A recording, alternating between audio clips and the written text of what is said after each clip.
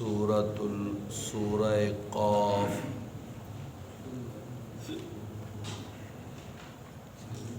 اس کا پہلا رکوع آج ہم انشاءاللہ پڑھیں گے۔ سورہ قاف سبق نمبر 114۔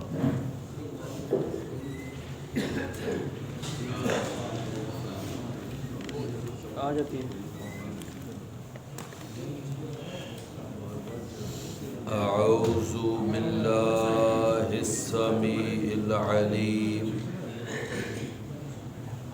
من الشیطان الرجیم من ہمزہ ونفخہ ونفثہ۔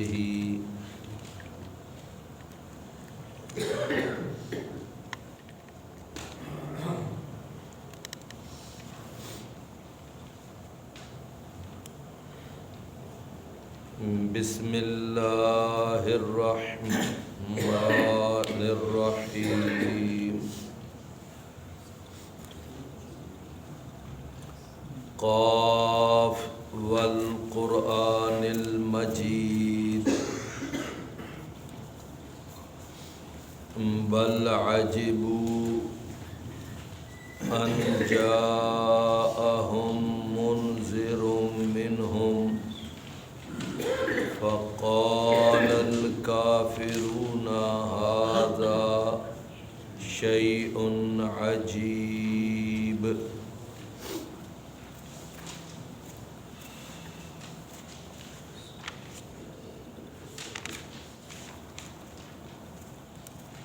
قاف حروف مقطعات میں سے ہے۔ والقرآن المجید قسم ہے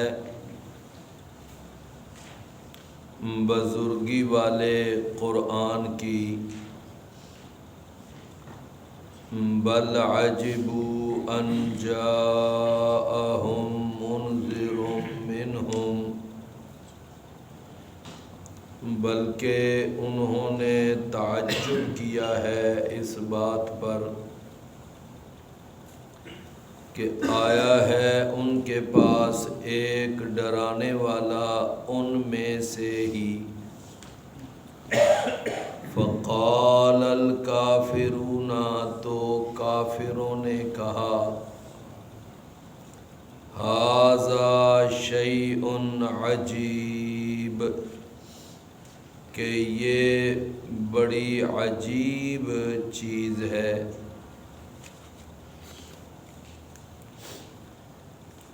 سورہ قاف یہ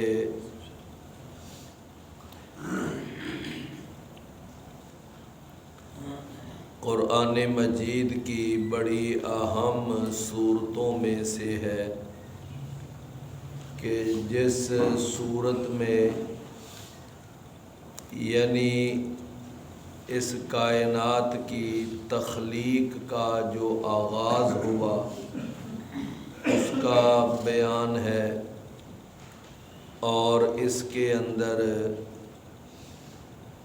دوبارہ زندہ ہونے کے قیامت والے دن وہ دلائل بھی اس میں بیان کیے گئے ہیں، اور اس کے اندر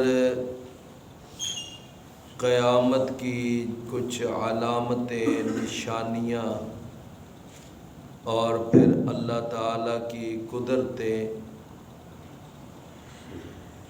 اور پھر اس میں جنت کا اور جہنم کا تذکرہ، یہ سارا یعنی زیادہ تر اس صورت میں آخرت کا بیان ہے، زیادہ تر۔ نبی کریم صلی اللہ علیہ وسلم اس صورت کو جمعہ کے دن پڑھا کرتے تھے۔ بعض اوقات تو آپ عید الاضحیٰ اور عید الفطر، ان نمازوں کے اندر جو آپ تلاوت فرماتے تو آپ یہ سورت پہلی رکعت میں پڑھتے تھے۔ اب آپ دیکھ لیں ماشاءاللہ 3 رکوع ہیں اس کے، اور یہ ساری سورت نبی صلی اللہ علیہ وسلم عید الفطر کی پہلی رکعت میں تلاوت فرماتے، اور دوسری رکعت میں آپ سورہ اقتربت الساعۃ وانشق القمر وہ آپ تلاوت فرماتے۔ وہ بھی ایک اچھی بلی طویل صورت ہے۔ تو یہ آپ جو قرأت فرماتے، تلاوت فرماتے، یہ جمعہ کی نماز میں بھی آپ بسا اوقات، اور بسا اوقات آپ عید الفطر اور عید الاضحیٰ کی نماز میں بھی تلاوت فرمایا کریں۔ بالکل اسی طرح جس طرح آپ سورۃ الاعلیٰ اور سورۃ الغاشیہ وہ بھی آپ جمعہ کی نماز میں اور عیدین کی نماز میں بھی تلاوت فرماتے تھے۔ تو زیادہ تر آپ وہ تلاوت کرتے، اور کبھی کبھار آپ یہ صورتیں بھی پڑھ لیتے تھے۔ پہلی رکعت میں سورہ قاف اور دوسری رکعت میں سورہ القمر، اقتربت الساعۃ وانشق القمر۔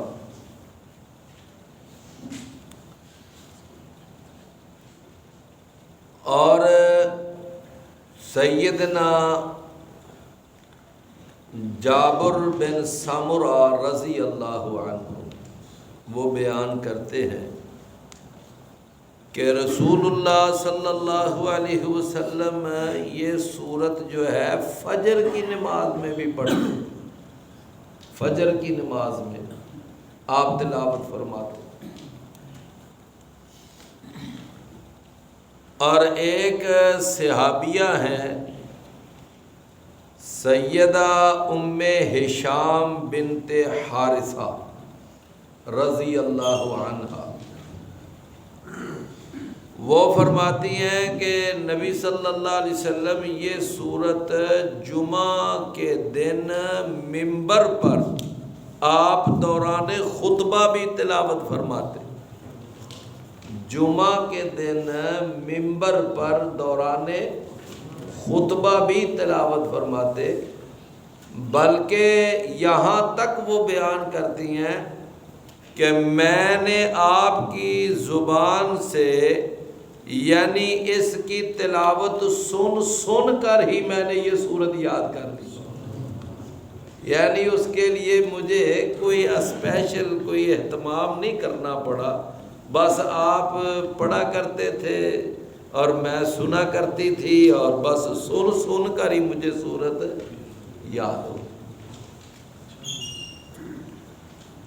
تو کتنے اس سورت کی تلاوت کے مواقع نبی صلی اللہ علیہ وسلم سے ثابت ہوئے۔ نمبر 1 جمعہ کی نماز، نمبر 2 عیدین کی نماز، نمبر 3 فجر کی نماز، اور نمبر 4 خطبہ جمعہ کے درمیان۔ تو یہ 4 مواقع صراحت کے ساتھ نبی صلی اللہ علیہ وسلم سے ثابت ہیں کہ آپ اس سورت کو تلاوت فرماتے۔ اس سورت کا نام سورہ قاف بھلا کیوں ہے؟ یہ بالکل واضح ہے کہ پہلا ہی اس کا لفظ ہے قاف والقرآن تو اس مناسبت سے علاماتی طور پر اس سورت کا نام ہے سورہ قاف۔ بات سمجھے نا؟ تو یہ جو ہے نا قاف، یہ حروف مقطعات میں سے ہے، حروف مقطعات۔ یہ جو حروف مقطعات ہیں یہ قرآن مجید کی 29 سورتوں کے شروع میں اللہ تعالیٰ نے یہ بیان کیے ہیں۔ ان میں سے بعض یک حرفی ہیں، بعض 2 حرفی ہیں، بعض 3 حرفی ہیں، اور بعض 4 حرفی ہیں، اور کچھ 5 حرفی ہیں۔ کتنی کیٹیگری ہیں؟ 5 حرفی سے زیادہ کوئی نہیں۔ یک حرفی کی یہ مثال ہے قاف، صاد، نون والقلم وما یسطرون۔ اور 2 حرفی کی مثالیں بھی ہیں یاسین، طٰہٰ وغیرہ۔ اور 3 حرفی کی مثالیں بھی ہیں الف لام میم، الف لام را۔ اور 4 حرفی کی مثالیں بھی ہیں الف لام میم را۔ اور 5 حرفی کی مثالیں بھی ہیں کاف ہا یا عین صاد۔ تو یک حرفی سے لے کر 5 حرفی تک یہ حروف مقطعات قرآن مجید میں ہے۔ بعض لوگوں نے نا اس کے بارے میں وہ عجیب عجیب سی وہ باتیں بنائی ہوئی ہیں کہ اس طرح کی حالانکہ کوئی بات نہیں ہے۔ لوگوں نے ایک لوح قرآنی کے نام سے ایک وہ بنائی ہوئی ہے تختی سی، اور اس کو بڑا خوبصورت پرنٹ کروایا جاتا ہے، دکانوں پہ لگا دیتے ہیں، گھروں میں لگاتے ہیں، کارخانے کے اندر لگایا جاتا ہے لوح قرآنی کے نام سے، اور اس کو سمجھا جاتا ہے کہ یہ خیر و برکت کا ذریعہ ہے۔ یعنی جس دکان پہ، جس کارخانے میں، جس مکان میں یہ لگاؤ گے تو وہاں کیا ہوگا؟ برکتیں آئیں گی، رحمتیں آئیں گی۔ یعنی اس کے چاہے وہ گھر والے نماز نہ پڑھیں، چاہے روزہ بھی نہ رکھیں، دین پر عمل نہ بھی کریں، بس یہ لوح قرآنی لگا لو تو بس صدی خیر۔ یہ بالکل ایک شیطانی وسوسہ ہے۔ تو میں عرض یہ کر رہا تھا کہ یہ قاف جو ہے نا یہ حروف مقطعات میں سے ہے، اور ابن عباس رضی اللہ عنہ وہ البتہ اس کی ایک توجیہ بیان کرتے ہیں کہ قرآن مجید میں یہ چیلنج کے طور پر اللہ نے بیان کیے ہیں کہ تم یہ کہتے ہو کہ یہ قرآن محمد صلی اللہ علیہ وسلم کا تیار کیا ہوا ہے، تو اگر محمد کریم صلی اللہ علیہ وسلم وہ اکیلا اس قرآن کو ترتیب دے سکتا ہے تو تم اتنے بڑے بڑے شعراء اور اتنے بڑے بڑے قادر الکلام نثر نگار تو تم سارے مل کر اس قرآن کو ترتیب دے کر دکھاؤ، اس جیسی ایک صورت ہی ترتیب دے کر دکھا دو۔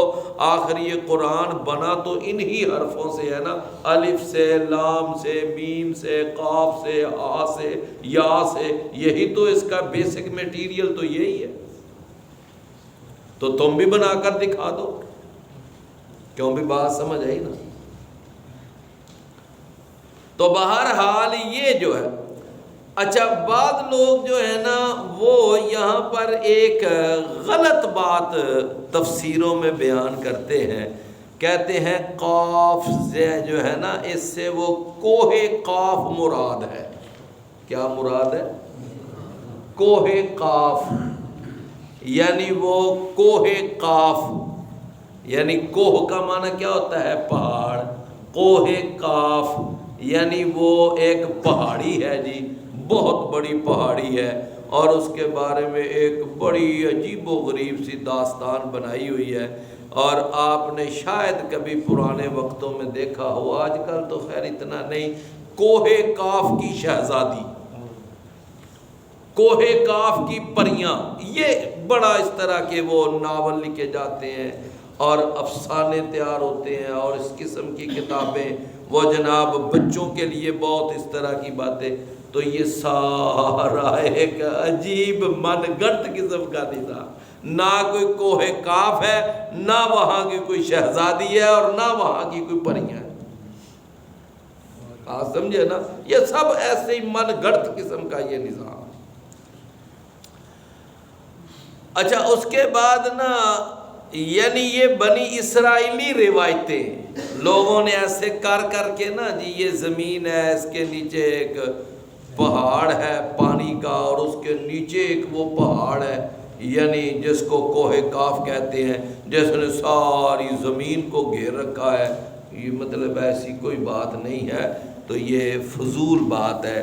قاف یہ کیا ہے؟ حروف مقطعات میں سے ہے۔ والقرآن المجید، قسم ہے قرآن مجید کی، یعنی بزرگی والے قرآن کی۔ المجید یہ لفظ ہے مجد سے، کس سے لفظ نکلا ہے؟ یعنی مجد، مجید، مجد والا، بزرگی والا۔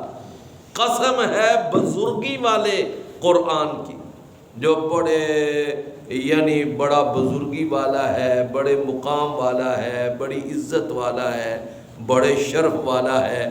اس سے زیادہ اور اس کا کیا کہ اس کو بھیجنے والا رب العالمین اور اس کو لانے والا وہ جناب جبریل، وہ اور جن پر آیا محمد کریم صلی اللہ علیہ وسلم، اور جن شہروں میں آیا مکہ اور مدینہ، یعنی یہ سارا اس قرآن سے جس جس چیز کا بھی تعلق ہے وہ اپنی اپنی فیلڈ میں سب سے زیادہ وہ بلند درجہ چیز کی حامل ہے۔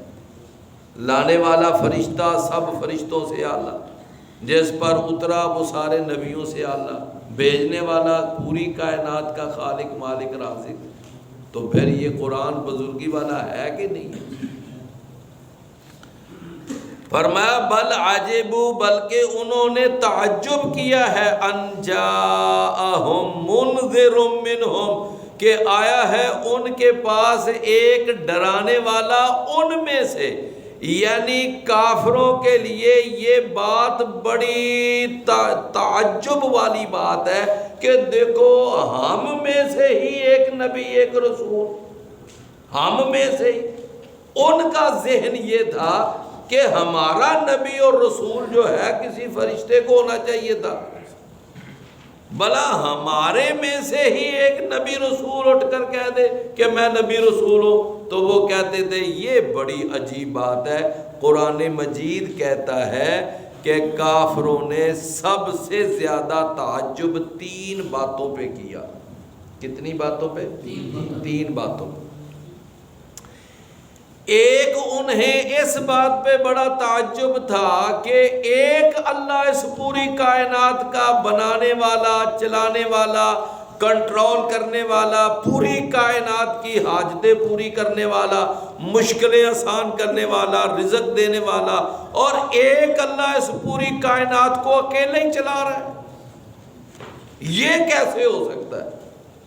بات سمجھے نا؟ کہتے تھے اجعل الآلہۃ الہا واحد ان ھذا الا شیء عجاب، کہتے یہ بڑی عجیب بات ہے کہ ایک اللہ ہی پوری کائنات کو چلا رہا ہے۔ ان کا عقیدہ یہ تھا کہ ہمارے یہ جو بزرگ ہیں، ہماری یہ جو بزرگ ہستیاں ہیں، یہ لات ہے، یہ منات ہے، یہ عزا ہے، اور یہ حبل ہے، اور یہ نائلہ ہے، یہ اساف ہے، اور یہ جو مختلف 360 بت ہم نے بیت اللہ میں رکھے ہوئے ہیں، یہ آخر ساتھ اللہ کا ہاتھ بٹاتے ہیں، یہ اللہ تعالیٰ کا ساتھ تعاون کرتے ہیں۔ ان میں سے کوئی بارش برساتا ہے، ان میں سے کوئی خوشیاں لاتا ہے، کوئی غم ڈالتا ہے، کوئی ان میں سے یعنی اولاد دیتا ہے، کوئی بیٹے دیتا ہے، کوئی بیٹیاں دیتا ہے، کوئی دولت دیتا ہے، کوئی مطلب ہے مختلف ان کی آگے ڈیوٹیاں ہیں. تو ایک اللہ ہی اس پوری کائنات کو نہیں چلا رہا، بلکہ اللہ کے یہ سارے کیا ہیں، یہ دست و بازو ہیں، اللہ کے معاون ہیں، اور اللہ ان کے ساروں کے تعاون سے اللہ اس پوری کائنات کا نظام چلا رہا ہے. بالکل میرے پیارے بھائیوں، وہ عقیدہ جو ان مشرکین کا عقیدہ تھا جو کلمہ نہیں پڑھتے تھے، تو اگر آپ ذرا غور سے دیکھیں یہی عقیدہ ہمارے کلمہ پڑھنے والوں کا بھی ہے. وہ کہتے ہیں جی کہ وہ فلاں بزرگ جو ہے، وہ فلاں آستانہ جو ہے، وہ فلاں گدی جو ہے، وہاں پر جائیں تو وہاں پر یہ مشکل حل ہو جاتی ہے، وہاں پر جائیں تو یہ مسئلہ حل ہو جاتا ہے، فلاں وہاں سے جائیں تو بیٹے ملتے ہیں، وہ جہاں تو وہ غم ٹال دیتا ہے، وہ جائیں تو وہ جناب خوشیاں دے دیتا ہے، فلاں جگہ سے یہ ہوتا ہے. یعنی بالکل سیم جو عقیدہ کافروں کا اپنے بتوں کے بارے میں تھا، وہی عقیدہ آج کلمہ پڑھنے والے کئی مشرکوں کا اپنے بزرگوں کے بارے میں. کوئی رتی کے برابر بھی فرق نہیں. ایک ہوتا ہے نا رتی کے برابر بھی فرق ہونا، بالکل کوئی فرق. تو میرے بھائیوں، اگر اس عقیدہ کو رکھنے کے ساتھ اگر وہ مشرک ہیں تو کیا یہ پکے ٹھٹے موحد ہیں؟ کیا یہ ایمان والے ہیں؟ ان کو مشرک کہنا یہ جناب یہ بڑی توہین ہے ان کی. اگر اس عقیدہ کو رکھنے کی وجہ سے وہ مشرک ہیں تو یہی عقیدہ ان کلمہ پڑھنے والوں کا ہے تو پھر یہ بھی مشرک ہے. کیوں بھی میری بات سمجھے نا. اور قرآن کہتا ہے وَمَا يُؤْمِنُ أَكْثَرُهُم بِاللَّهِ إِلَّا وَهُمْ مُشْرِكُونَ، کہ کئی ایسے بھی لوگ ہیں وہ اللہ پر ایمان کا دعویٰ بھی کرتے ہیں اور پھر بھی ڈٹائی سے شرک کرتے ہیں. یعنی ڈٹائی کے ساتھ شرک کرتے ہیں. اللہ اکبر. تو میرے عزیز بھائیوں، یہ ہے یعنی ایک انہیں اس بات پہ بڑا ہی تعجب تھا کہ ایک اللہ اس پوری کائنات کا نظام کیسے چلا رہا ہے. وہ بارشیں بھی برساتا ہے، وہ فصلیں بھی اگاتا ہے، وہ جناب بیٹے بھی دیتا ہے، وہ سارا پوری کائنات کا ایک ایک ذرہ اس کے کنٹرول میں ہے، اور اس کے یعنی کہ بغیر اذن کے کچھ نہیں ہو سکتا، بغیر مشیت کے کچھ نہیں. یہ کیسے ہو سکتا ہے؟ دوسرا انہیں اس بات پہ تعجب تھا کہ مرنے کے بعد جب ہم مٹی ہو جائیں گے، مٹی کے ساتھ مٹی ہو جائیں گے. بات سمجھے نا، مٹی کے ساتھ جا کر کیا ہو جائیں گے؟ مٹی ہو جائیں گے. تو بھلا اس وقت اللہ تعالی ہمیں دوبارہ پہلی ہی حالت میں کیسے لا سکے گا؟ دوبارہ اسی طرح شکل و صورت کے ساتھ، اسی قد کاٹ کے ساتھ، اسی جسامت کے ساتھ، اسی شکل کے ساتھ اللہ ہمیں کیسے یعنی کہ زندہ کرے گا؟ یہ ناممکن ہے. ذرے وہ مٹی کے جا کر اندر ذرے ہو جاتے ہیں اور بکھر جاتے ہیں، بالکل یعنی کہ وہ ختم ہو جاتے ہیں. اللہ کیسے اس کو دوبارہ زندہ کر سکے گا؟ ایک انہیں اس بات پہ بڑا تعجب تھا. کتنی باتوں پہ ہو گئے؟ ایک بات کہ ایک اللہ پوری کائنات کا نظام کیسے چلا رہا ہے، یہ ناممکن ہے. دوسرا کس بات پہ تعجب تھا کہ اللہ تعالیٰ مارنے کے بعد جب انسان مٹی میں جا کر مٹی ہو جائے گا تو اللہ اس کو دوبارہ اس دنیا والی شکل و صورت کے ساتھ، دنیا والے قد کاٹ کے ساتھ، دنیا والے سارے یعنی قد و قامت کے ساتھ اللہ کیسے زندہ کرے گا؟ نہیں بات سمجھے؟ یہ دو باتیں ہوں. اور تیسرا تعجب انہیں اس بات پہ تعجب تھا کہ قرآن دیکھ لیں آپ کے سامنے ہے کہ بل عجبوا ان جاءہم منذر منہم، کہ انہوں نے اس بات پہ بڑا تعجب کیا کہ ہمارے اندر سے یہ ایک آدمی اٹھا اور وہ ڈرانے والا وہ نبی بن بیٹھا اور کہتا ہے میں نبی ہوں۔ تو وہ کہتے تھے یہ بھی بڑے تعجب کی بات ہے، اللہ کو انسانوں کے پاس کوئی نبی بنا کے بھیجنا تھا تو اللہ کسی فرشتے کو نبی بنا کر بھیجتا۔ بات سمجھ آئی؟ ہمارے استاد ایک تھے تو وہ ایک بڑی اچھی بات سمجھایا کرتے تھے کہ انسان دیکھ لیں اتنا بے وقوف ہے اور اس قدر کم عقل ہے کہ ماننے پہ آ جائے تو پتھر کو اپنا معبود مان لے اور نہ مانے تو انسان کو نبی رسول نہ مانے، نہ مانے تو انسان کو نبی رسول ہی نہ ماننے پہ آ جائے تو پتھر کو بھی رسول مان۔ اللہ اکبر، یعنی یہ ہے اس انسان کی ذہنی اپروچ کہ ماننے پہ آ جائے تو پتھروں کو رب مان لے، درختوں کو رب مان لے، کاغذ کو رب مان لے، لکڑ کو رب مان لے، سمجھے نا؟ لیکن نہ ماننے پہ آئے تو انسانوں کو، بشر کو نبی نہیں مانتے کہ جی نہیں جی یہ کیسے ہو سکتا۔ تو ان تین باتوں پر کافروں کو بڑا تعجب تھا، اور یہ تینوں باتیں اللہ نے قرآن میں بڑے ہی دلائل کے ساتھ بیان کی۔ فرمایا کہ اَإِذَا مِتْنَا وَكُنَّا تُرَابًا، تو انہوں نے یہ بات کہی کہ کیا جب ہم مر جائیں گے اور ہم مٹی ہو جائیں گے، ذَلِكَ رَجْعٌ بَعِيدٌ، یہ دوبارہ پہلی حالت میں لوٹنا، یہ بعید از قیاس ہے، یہ سوچ میں بھی نہیں آ سکتا کہ دوبارہ ہم اس پہلی حالت میں اٹھ جائیں۔ وہ کہتے تھے کیا ہے رجع بعید، یہ کیا ہے، یہ دوبارہ لوٹنا، پہلی حالت میں آنا، یہ بعید از قیاس، یعنی سوچ میں بھی یہ بات نہیں آ سکتی، سمجھے نا؟ یہ ایک ان کا ذہن۔ اَإِنَّا لَمَرْدُودُونَ فِي الْحَافِرَةِ اَإِذَا كُنَّا عِظَامًا نَخِرَةً اَإِذَا كُنَّا عِظَامًا نَخِرَةً قَالُوا تِلْكَ إِذًا كَرَّةٌ خَاسِرَةٌ۔ میرے بھائیوں وہ کہتے ہیں کہ جب ہم ہڈیاں بن جائیں، بوسیدہ ہڈیاں اور مریل قسم کی ہڈیاں، بالآخر مٹی بن جائیں ہم، تو پھر دوبارہ ہم کیسے اٹھ سکتے؟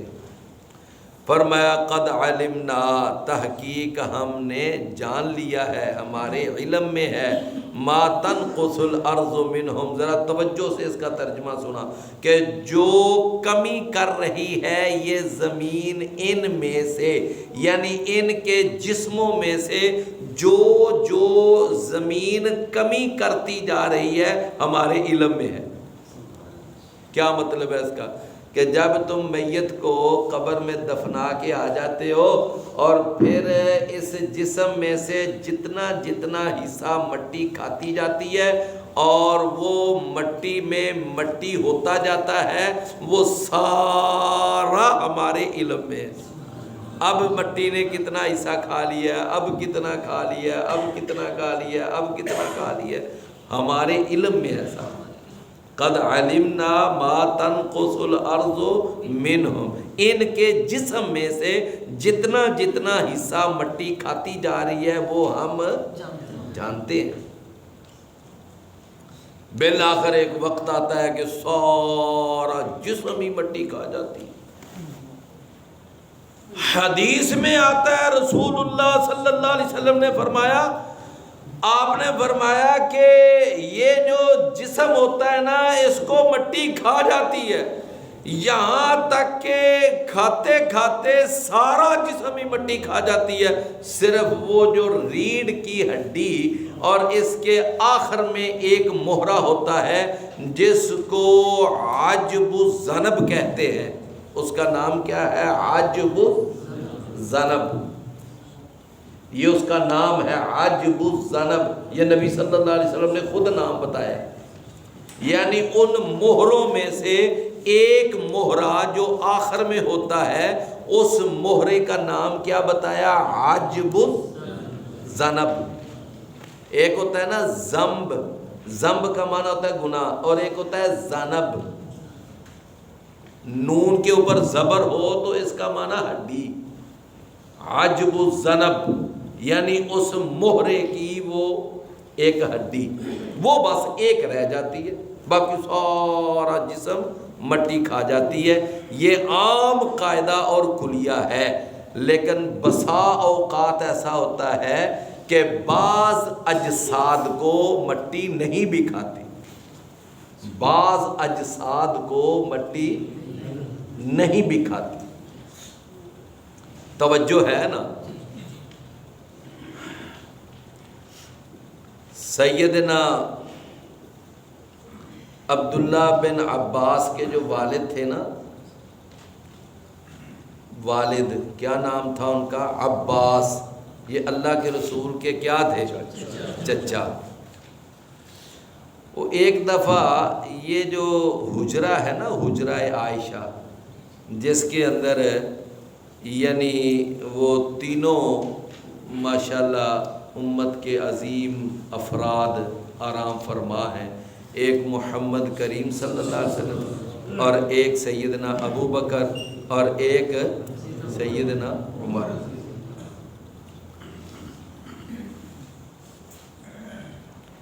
اچھا، ان کی جو قبریں ہیں نا، ان کی قبریں، ان کی کچھ شکل اس طرح ہے، آپ چلے اپنے ہی اپنی انگلیوں پہ دیکھ لینا، یہ جو 3 انگلیاں ہیں نا، یہ جو 3 انگلیاں ہیں، یعنی چھوٹی اور آگے پھر اور اس سے یہ درمیانی، آپ ان میں سے دیکھیں یہ چھوٹی انگلی تھوڑی سی بائیں ہے، اگلی تھوڑی سی اور دائیں، اور اسے یہ ایسے پھر آگے بڑھتی جاتی ہیں، ایسے ہی ہے نا۔ رسول اللہ صلی اللہ علیہ وسلم کی جو قبر مبارک ہے اس سے تھوڑا سا فاصلہ ڈال کے نا آگے سیدنا ابو بکر کی قبر ہے، یعنی آپ یوں سمجھیں کہ جہاں اللہ کے نبی صلی اللہ علیہ وسلم کے مبارک کندھے آتے تھے نا، وہاں سیدنا ابو بکر کا سر آتا تھا۔ میرا خیال ہے اس طرح بات آپ سمجھ جائیں گے، تھوڑا سا پیچھے کر دیا، وہ چاہے 6-7 انچ کہہ لیں، یعنی بالکل برابر نہیں قبر بنائی، تھوڑی سی پیچھے کر دی۔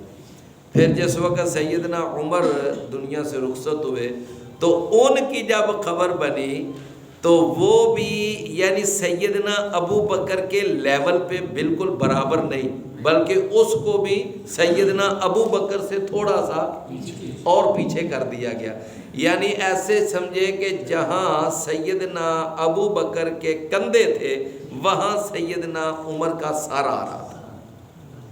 ابھی اتنی بات تو آپ سمجھ گئے نا؟ اچھا، اب ہوا یہ کہ ایک دفعہ جب وہ مسجد کی توسیع ہونے لگی سیدنا عثمان کے دور میں، تو ادھر کی وہ دیوار جب وہ گرائی، تو جب دیوار گری نا تو یہاں سے نا 1-2 پاؤں جو تھے نا وہ ایسے ظاہر ہو گئے، 2 پاؤں کیا ہو گئے؟ ظاہر ہو گئے۔ اچھا، اب وہ 2 پاؤں جب ظاہر ہوئے نا تو بالکل صحیح پاؤں، نہ ان کو کوئی چیز، بالکل صحیح تر و تازہ پاؤں۔ تو سیدنا عباس نبی صلی اللہ علیہ وسلم کے چچا وہ آئے اور انہوں نے وہ پاؤں دیکھ کر، پاؤں ہاتھ لگا کر نا انہوں نے جب دیکھا تو کہنے لگے یہ پاؤں عمر بن خطاب کے ہیں، یہ پاؤں کن کے ہیں؟ اچھا، اب عمر بن خطاب کے پاؤں چونکہ سب سے آگے تھے، سیدنا ابو بکر کے تھوڑے سے پیچھے تھے، اللہ کے رسول کے تھوڑے سے اور پیچھے تھے، سمجھ آئی نا؟ تو حالانکہ سیدنا عمر رضی اللہ عنہ کو وفات پائے اب کافی سال گزر چکے تھے، لیکن ان کے پاؤں مبارک بالکل اسی حالت میں ہو گئے. سمجھ آئی نا بات؟ سیدنا جابر رضی اللہ عنہ، ان کے جو والد ہیں ان کا نام تھا عبداللہ، جابر بن عبداللہ. تو یہ جو عبداللہ تھے نا، عبداللہ بن حرام رضی اللہ عنہ، تو یہ غزوہ احد میں شہید ہوئے تھے. غزوہ احد میں یہ شہید ہوئے تھے. جابر بن عبداللہ کے والد عبداللہ بن حرام رضی اللہ عنہ. تو ان کو جب دفن کیا گیا تو کچھ عرصے کے بعد نہ کوئی بارش برسی، کافی زیادہ بارش، اور بارشوں کی وجہ سے نا وہ جہاں پر ان کو دفن کیا گیا تھا نا، تو وہ جگہ تھوڑی سی کھل گئی. سمجھے نا؟ تو اب وقت کافی سال، کوئی 50-55 سال گزر گئے تھے دفن کے. تو اس وقت پھر یعنی جب قبر کھلی تو ان کی جو ماشاءاللہ میت تھی، جو ان کا جسد خاکی بالکل اسی حالت میں موجود، 50-55 سال گزر گئے. میری بات آپ سمجھ رہے ہیں نا؟ اللہ اکبر. ابھی آپ نے چند دن پہلے شاید کسی نے وہ ایک دیکھی ہوگی پوسٹ کہ فلسطین کا ایک مجاہد جس کو فوت ہوئے اور قبر میں دفن ہوئے 18 سال ہو گئے، ابھی اس کی قبر کھلی ہے اور اس کی لاش بالکل اندر صحیح سلامت پڑی. ابھی میں نے دیکھی ہے، یہ پچھلے ہفتے میں نے وہ دیکھی. تو مقصد یہ ہے کہ یہ قانون زیادہ تر افراد کے لیے ہے. بعض ایسے اجساد ہوتے ہیں کہ ان کو مٹی نہیں کھاتی. فرمایا کہ قد علمنا ما تنقص الارض منہم، تحقیق ہمیں معلوم ہے جو کمی کرتی ہے زمین، جو کم کرتی جاتی ہے زمین، منہم ان میں سے.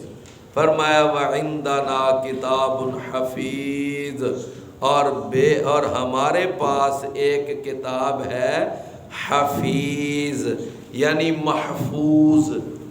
حفیظ کا معنی محفوظ، وہ ہے نا فی لوح محفوظ، بل ہوا قرآن مجید فی لوح محفوظ. تو اس کتاب حفیظ سے مراد کیا ہے؟ لوح محفوظ. فرمایا کہ یہاں تک کہ سارا جسم مٹی کھا جاتی ہے، قیامت کا جب دن ہوگا تو اللہ تعالیٰ نے قرآن میں یہ بات بیان کی ہے. قرآن میں فرمایا کہ بلا قادرین علی ان نسوی بنانا، قیامت کا دن جب ہوگا تو تم اپنے فنگر پرنٹس دیکھ لینا، بالکل وہی فنگر پرنٹس ہوں گے جو تمہارے دنیا میں، وہی فنگر پرنٹس. فرمایا بل کذبوا بالحق، بلکہ انہوں نے جھٹلا دیا حق کو. کس کو؟ حق کو. اب حق سے کیا مراد ہے؟ یہ جو آیت ہے نا، اس آیت میں حق سے مراد قرآن بھی ہو سکتا ہے، اور اس میں حق سے مراد محمد کریم صلی اللہ علیہ وسلم بھی ہو سکتے ہیں، اور حق سے مراد اسلام بھی ہو سکتا ہے. یہ تینوں چیزیں مراد ہو سکتی ہیں.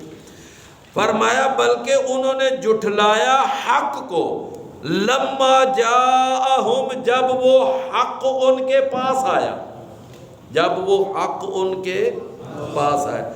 یعنی انہوں نے جھٹلایا اسلام کو جب اسلام ان کے پاس آیا، انہوں نے جھٹلایا قرآن کو جب قرآن ان کے پاس آیا، انہوں نے جھٹلایا محمد کریم صلی اللہ علیہ وسلم کو جب محمد کریم صلی اللہ علیہ وسلم ان کے پاس آئے. تو مطلب ہے کہ تینوں چیزیں یہاں پر مراد ہو سکتی ہیں. تینوں الگ الگ بھی مراد ہو سکتی ہیں اور تینوں بیک وقت بھی مراد ہو سکتی ہیں۔ فرمایا بل کذبوا بالحق لما جاءہم فہم فی امر مریج، بس وہ ایک ایسے معاملے میں مبتلا ہے کہ جو انہیں پریشان کرنے والا ہے، جو انہیں الجھن پیدا کرنے والا ہے۔ کیا پیدا کرنے والا ہے؟ الجھن پیدا کرنے والا ہے، یعنی کسی ایک بات پر ان کو قرار حاصل نہیں ہے، کبھی کوئی بات کہتے ہیں، کبھی کوئی بات کہتے ہیں، کبھی کوئی بات کہتے ہیں، آج کوئی بات ہے، کل کو کوئی اور بات ہے، پرسوں کو کوئی اور بات ہے، یعنی ان کو کسی ایک بات پر نہ اطمینان خود نہیں ہے۔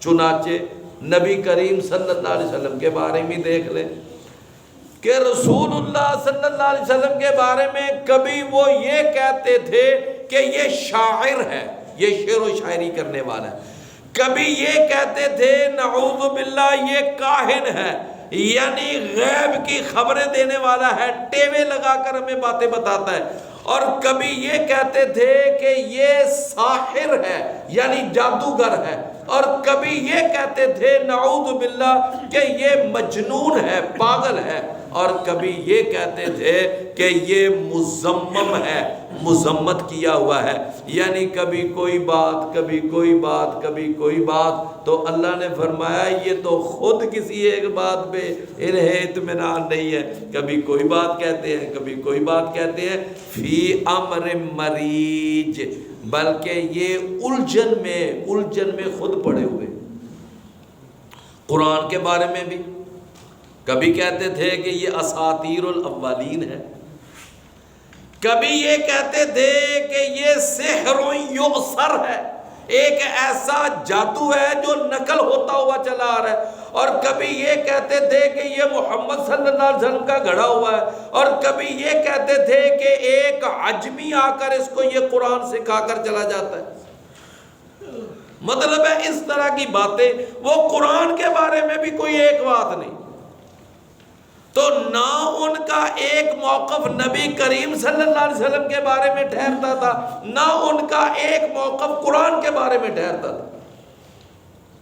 تو اللہ نے ارشاد فرمایا بل ہم فہم فی امر مریج، بلکہ وہ ایک الجھن والے معاملے میں پڑے ہوئے ہیں۔ افلم ینظروا الی السماء فوقہم کیف بنیناہا وَزَيَّنَّاهَا وَمَا لَهَا مِن فُرُوجٍ وَمَا لَهَا مِن فُرُوجٍ، تو کیا انہوں نے نہیں دیکھا آسمان کی طرف؟ فرمایا تم کہتے ہو کہ یہ اللہ ہمیں دوبارہ زندہ کیسے کرے گا، تو اللہ تعالیٰ نے نا اب دوبارہ زندہ کرنے کے کچھ دلائل پیش کیے۔ پہلی دلیل اللہ نے یہ بیان کی کہ کبھی تم نے آسمان نہیں دیکھا؟ آسمان سروں کے اوپر دیکھو نا کتنا بڑا آسمان، اور اللہ نے جس آسمان کو بنایا بغیر پلر کے بنایا، بغیر کسی ستون کے بنایا، اور پھر یہ صدیوں پرانا بوڑھا آسمان اور چلا آ رہا ہے، کہیں سے گرا نہیں، پھٹا نہیں، اور کہیں سے ٹیڑھا پن نہیں اس کے اندر آیا، اور یہ آسمان جو اللہ تعالیٰ نے بنایا، وہ اللہ اس آسمان کو جو بنا سکتا ہے، اتنا بڑا آسمان، تو اللہ تمہیں دوبارہ نہیں زندہ کر سکتا؟ أَأَنْتُمْ أَشَدُّ خَلْقًا أَمِ السَّمَاءُ بَنَاهَا رَفَعَ سَمْكَهَا فَسَوَّاهَا وَأَغْطَشَ لَيْلَهَا وَأَخْرَجَ ضُحَاهَا۔ کبھی اس پہ غور تو کرو، تمہیں پیدا کرنا زیادہ مشکل امر ہے یا اس آسمان کو بنانا زیادہ مشکل ہے؟ کون سا معاملہ زیادہ مشکل ہے؟ تو فرمایا کہ جو اللہ اتنا بڑا آسمان بنا سکتا ہے، اس کے لیے تمہیں بنانا کون سی کوئی بڑی بات ہے؟ سمجھے نا؟ فرمایا فوقہم، اپنے اوپر، کیف بنیناہا، کہ ہم نے اس کو کیسا بنا دیا، وزیناہا، اور ہم نے اس کو مزین کر دیا ستاروں کے ساتھ، سورج کے ساتھ، چاند کے ساتھ، کیسے ننھے منھے ستارے اللہ نے لگا دیے، اتنا بڑا سورج جو یعنی پوری کائنات کو روشنی فراہم کرتا ہے، اور پھر اللہ تعالیٰ نے چاند اوپر ٹکا دیا، جس اللہ نے اتنے بڑے بڑے یہ یعنی اللہ تعالیٰ نے یہ کہکشائیں، یہ ستارے، یہ سورج، یہ چاند، اس کے ساتھ آسمان کو مزین کیا۔ دیکھو نا، جب آسمان رات کے وقت ستاروں سے بھرا ہوتا ہے کتنا خوبصورت لگتا ہے، سمجھے نا؟ تو فرمایا کہ وَزَيَّنَّاهَا، اور ہم نے اسے مزین کیا، وَمَا لَهَا مِن فُرُوجٍ، اور نہیں ہے اس کے لیے کوئی سوراخ، وَالْأَرْضَ مَدَدْنَاهَا، اور زمین کہ ہم نے اس کو پھیلا دیا، وَأَلْقَيْنَا فِيهَا رَوَاسِيَ، فرمایا دوسری دلیل دیکھو کہ ہم تمہیں دوبارہ زندہ کرنے پہ قادر ہیں، کہ ایک دلیل آسمان کو بیان کی اور دوسری دلیل زمین، کہ جو اللہ زمین اتنی بڑی بچھا سکتا ہے، اور یہ دیکھ لو کہاں سے لے کر کہاں تک یہ زمین اللہ نے بچھائی، اور جس کا 3 حصہ پانی اور 1 حصہ خشکی، اور اس کا بھی کوئی کنارہ نہیں مل رہا، سمجھے نا؟ فرمایا کہ اور زمین کے ہم نے اس کو پھیلا دیا، اور اس میں ہم نے پہاڑ گاڑ دیے، رواسیہ، پہاڑ گاڑ دیے۔ پہاڑ کیوں گاڑے؟ تاکہ یہ زمین حرکت نہ کرے، یہ زمین، اس زمین کی بیلنسنگ کے لیے، کس کے لیے؟ بیلنسنگ کے لیے، اس کی الائنمنٹ کے لیے اللہ تعالیٰ نے یہ پہاڑ گاڑ دیے کہ یہ زمین جو ہے یہ اس طرح تھر تھر کانپے نا۔ اللہ فرمایا وَأَنبَتْنَا فِيهَا مِن كُلِّ زَوْجٍ بَهِيجٍ، اور ہم نے اگا دیے اس میں ہر خوبی والی قسم، ہم نے اس میں اگا دی، اس میں آپ کو کئی قسم کے پھل دکھائی دیں گے، کئی قسم کی سبزیاں دکھائی دیں گی، کئی قسم کا اناج۔ فرمایا تبصرۃ، یہ ساری چیزیں تمہارے دیکھنے کے لیے ہیں، وذکریٰ، اور نصیحت کے لیے ہیں، لکل عبد منیب، ہر اس بندے کے لیے کہ جو اللہ کی طرف رجوع کرنے والا ہے، جو بھی اللہ کی طرف، بے وقوف کے لیے نہیں، احمق کے لیے نہیں، ضدی کے لیے نہیں، ہٹ درم کے لیے نہیں، کس کے لیے اس میں نصیحت ہے؟ جو اللہ کی طرف پلٹنے والا ہے، رجوع کرنے والا ہے۔ ہاں ضدی نہ ہو، ضدی آدمی جو ہے وہ تو کبھی نہیں مانے، وہ تو مانتے ہی نہیں، وہ کیا ایک مثال بنی ہوئی ہے، کہاں چٹا ہے، وہ تو یہی کہے۔ فرمایا وَنَزَّلْنَا مِنَ السَّمَاءِ مَاءً، تیسری دلیل، پہلی دلیل کیا ہے؟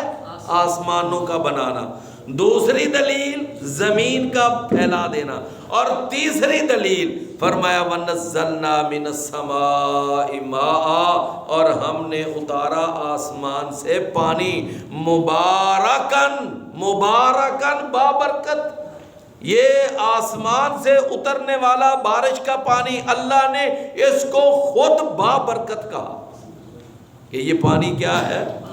بابرکت پانی۔ اللہ فرمایا ہم نے یہ بابرکت پانی اتارا، فَأَنبَتْنَا بِهِ، پھر ہم نے اگائے اس پانی کے ساتھ، بِهِ، اس کے ساتھ، کس کے ساتھ؟ اس مبارک پانی کے ساتھ ہم نے اگائے، کیا اگائے؟ جنات، طرح طرح کے باغات، وحب الحصید، اور کاشت کیا ہوا دانا، کاشت کیا ہوا دانا۔ اللہ سمجھے نا، وہ جو دانا تم کاشت نہیں کرتے، وہ گندم کا دانا، چاول کا دانا، مکئی کا دانا، مختلف یہ دانے یہ جو تم کاشت کرتے ہو، فرمایا ہم نے وہ اناج پیدا کیا تمہارے لیے۔ فرمایا وَالنَّخْلَ بَاسِقَاتٍ، اور ہم نے لمبی لمبی کھجوریں تمہارے لیے اگائی اس پانی کے ساتھ۔ فرمایا لَهَا طَلْعٌ نَضِيدٌ، ان کے لیے خوشے ہیں طیبت ہے، طَلْعٌ نَضِيدٌ، خوشے ہیں طیبت ہے۔ اللہ یعنی اس کے اندر ایسے طیبت لگے ہوئے ہیں، پہلے ایک لائن کھجوروں کی اوپر، دوسری لائن اوپر، تیسری لائن، ایسے طیبت ہے۔ لَهَا طَلْعٌ نضید، فرمایا کہ رزقاً للعباد، یہ سارا کچھ کیا ہے؟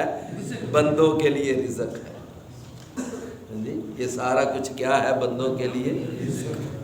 اللہ وَأَحْيَيْنَا بِهِ بَلْدَةً مَيْتًا، اور ہم نے زندہ کیا اس پانی کے ساتھ بلدۃ میتا، اس مردہ شہر کو۔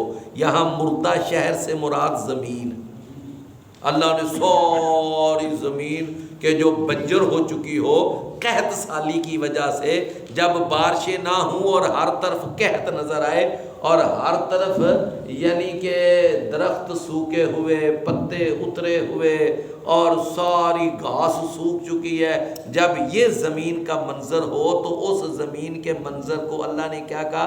بلدۃ میتا، کہ یہ کیا ہے؟ زمین مردہ۔ فرمایا کہ وَأَحْيَيْنَا بِهِ بَلْدَةً مَيْتًا، اور ہم نے زندہ کیا اس کے ساتھ مردہ شہر کو۔ فرمایا كَذَلِكَ الْخُرُوجُ، تو بس اسی طرح تم نے قبروں سے نکل آنا ہے۔ جیسے زمین کے اوپر بارش برسی تو اندر سے نکل آیا نا، اناج نکل آیا، کھیتیاں نکل آئیں، گھاس نکل آئی۔ ایک صحابی ہیں، ان کا نام ہے ابو رزین العقیلی، ابو رزین العقیلی رضی اللہ عنہ۔ کہتے ہیں ایک دفعہ میں نے رسول اللہ صلی اللہ علیہ وسلم سے سوال کیا، میں نے کہا اللہ کے رسول کوئی ہمیں نا مخلوقات میں سے کوئی مثال دے کر سمجھائیں کہ دوبارہ ہم قیامت والے دن کیسے پیدا ہوں گے، کوئی مخلوق کی مثال دے کر سمجھائیں۔ نہیں بات سمجھے کہ مخلوقات میں سے کوئی مثال دیں، تو نبی صلی اللہ علیہ وسلم نے فرمایا ابو رزین یہ بتا تیرا کبھی کسی ایسے علاقے سے گزر نہیں ہوا کہ تو وہاں سے گزرے اور وہ زمین بنجر پڑی ہوئی ہو؟ بنجر پڑی ہوئی ہے زمین، سوکھی ہوئی، گھاس سوکھی ہوئی، ہر طرف ویرانی۔ تو اس کے بعد کہتے ہیں ہاں ہوا ہے کئی دفعہ۔ اچھا پھر ابو رزین کبھی دوبارہ تیرا وہاں سے گزر ہو اور وہ زمین ہری بھری ہو چکی ہو؟ جی اللہ کے رسول کئی دفعہ ایسا ہوا۔ تو فرمایا بس ایسے ہی ہے، جیسے اللہ نے اس مردہ زمین کو بارش برسا کر زندہ کر دیا، ایسے قیامت والے دن بھی اللہ ایک بارش برسائے گا۔ قیامت والے دن بھی اللہ ایک بارش برسائے گا اور اس بارش کے ساتھ سارے قبروں سے باہر آ جائیں گے۔ کذالک، بس اسی طرح ہے نکلنا۔ کذبت قبلہم قوم نوح، جھٹلایا ان سے پہلے قوم نوح نے، جھٹلایا ان سے پہلے قوم نوح نے۔ اللہ قوم نوح کا ذکر کئی دفعہ کیا، 950 سال تبلیغ کی جناب نوح علیہ السلام۔ قرآن مجید میں 43 دفعہ نوح علیہ السلام کا تذکرہ ہے، نام آیا 43 دفعہ۔ فرمایا وہ اصحاب الرس، اور کنویں والوں نے بھی جھٹلایا، کنویں والے، کھائیوں والے۔ اور یہ کھائیوں والے کون ہیں بھلا؟ وہ اصحاب الاخدود، وہ ہے نا 30ویں پارے میں، والسماء ذات البروج والیوم الموعود وشاہد ومشہود قتل اصحاب الاخدود۔ تو یہ وہی اصحاب الرس۔ فرمایا کذبت قبلہم قوم نوح واصحاب الرس وثمود، کہ ان سے پہلے مکہ والوں سے پہلے جھٹلایا تھا قوم نوح نے بھی، نمبر 2 کھائیوں والوں نے بھی، اور قوم سمود نے بھی، وعاد، اور چوتھے نمبر پر فرمایا قوم عاد نے بھی۔ قوم سمود کون تھی؟ جن کے پاس صالح علیہ السلام ہے۔ قوم عاد کون تھی؟ جن کے پاس ہود علیہ السلام ہے۔ فرمایا فرعون، اور فرعون نے بھی جھٹلایا، فرعون نے بھی جھٹلایا، اخوان لوط، اور لوط علیہ السلام کے بھائیوں نے بھی جھٹلایا۔ سمجھے نا؟ وہ ہمارے ہاں ایک لفظ چلتا ہے نا، اینڈ بردرز، چلتا ہے نا ایسے، اینڈ بردرز، ان کے بھائیوں نے بھی جھٹلایا، لوط علیہ السلام کے بھائیوں نے بھی۔ فرمایا وہ اصحاب الایکۃ، اور اس بن کے درخت والوں نے بھی جھٹلایا۔ بن کا درخت، اس کو کہتے ہیں ایکا۔ کیا کہتے ہیں؟ ایکا، بن کا درخت۔ اللہ، تو اس درخت والوں نے بھی جھٹلایا۔ فرمایا وقوم تبع، اور یہ اصحاب الایکا سے مراد ہے یعنی شعیب علیہ السلام کی قوم، جن کو اصحاب مدین بھی کہتے ہیں، اصحاب مدین۔ فرمایا وقوم تبع، اور قوم تبع نے بھی جھٹلایا۔ اور یہ قوم تبع کون ہے؟ وہ قوم سبا، قوم سبا۔ کوئی سنا ہوگا نا نام قرآن کے اندر، وہ جو ملکہ سبا، جی وہ جناب سلیمان علیہ السلام کے ساتھ جن کو واسطہ پڑا تھا، ملکہ بلقیس جن کا نام عام طور پر مشہور ہے۔ فرمایا کہ جھٹلایا اصحاب الایکا، بن درخت والوں نے بھی، وقوم تبع، اور قوم سبا نے بھی، کل کذب الرسول، ان سب نے ہی رسولوں کو جھٹلایا، ان سب نے ہی رسولوں کو جھٹلایا۔ فحق وعید، پس پھر برحق ثابت ہوئی میری ڈانٹ، میری وعید آ گئی، پھر میری وعید، پھر میں نے پھر جو ڈانٹ پلائی ہوئی تھی کہ اگر تم نے نہ میرے رسولوں کو مانا تو عذاب آئے گا، تو جناب نوح علیہ السلام کی قوم پر بھی عذاب آیا، سیلاب کا، طوفان کا۔ جناب یعنی وہ جو تھے نا اصحاب الرس، ان پر بھی عذاب آیا، پھر قوم سمود پر آیا، قوم عاد پر آیا، فرعون پر آیا، لوط علیہ السلام کے بھائیوں پر آیا، ان کے درخت والوں پر آیا، اور قوم تبع پر بھی آیا۔ فرمایا سب نے رسولوں کو جھٹلایا۔ افعینا بالخلق الاول، تو بتاؤ کیا ہم اس پہلی پیدائش سے تھک چکے ہیں؟ تمہیں ایک دفعہ پیدا کرنے سے ہم تھک چکے ہیں کہ اب دوسری دفعہ پیدا نہیں کر سکتے؟ اور بھئی بات سمجھ آئی نا؟ یہ تھک جانا یہ کس کا خاصہ ہے جی؟ انسان کا۔ اللہ نہیں تھکتا، اللہ نہیں تھکتا، بلکہ اسی میں آگے جا کر آئے گا کہ ہم نے 6 دنوں میں اس پوری کائنات کو پیدا کیا، وما مسنا من لغوب، ہمیں کوئی تھکاوٹ نہیں ہوئی تھی، ہمیں کوئی تھکاوٹ نہیں۔ تو تھک جانا ایک کمزوری ہے، اللہ ہر کمزوری سے پاک ہے، سمجھے نا؟ بلکہ اللہ ہر کمزوری سے پاک ہے، اللہ ہر عیب سے پاک ہے، اللہ ہر خامی سے پاک ہے۔ بات سمجھے؟ اللہ ہر کمزوری سے پاک ہے، اللہ ہر عیب سے پاک ہے، اللہ ہر خامی سے پاک ہے، اللہ بھول جانے سے پاک ہے، غلطی سے پاک ہے، اللہ سے غلطی نہیں ہوتی، سمجھے نا؟ یہ ساری باتیں انسان سے وابستہ ہے، انسان بھول بھی جاتا ہے، انسان تھک بھی جاتا ہے، انسان بیمار بھی ہو جاتا ہے، انسان سو بھی جاتا ہے، انسان اکتا بھی جاتا ہے، انسان رو بھی پڑتا ہے، یہ ساری چیزیں انسان سے وابستہ ہیں، لیکن اللہ تعالیٰ کے لیے یہ چیزیں نہیں ہیں۔ افعینا بالخلق الاول، کیا پس ہم تھک چکے ہیں پہلی دفعہ پیدا کرنے سے؟ بل ہم فی لبس من خلق جدید،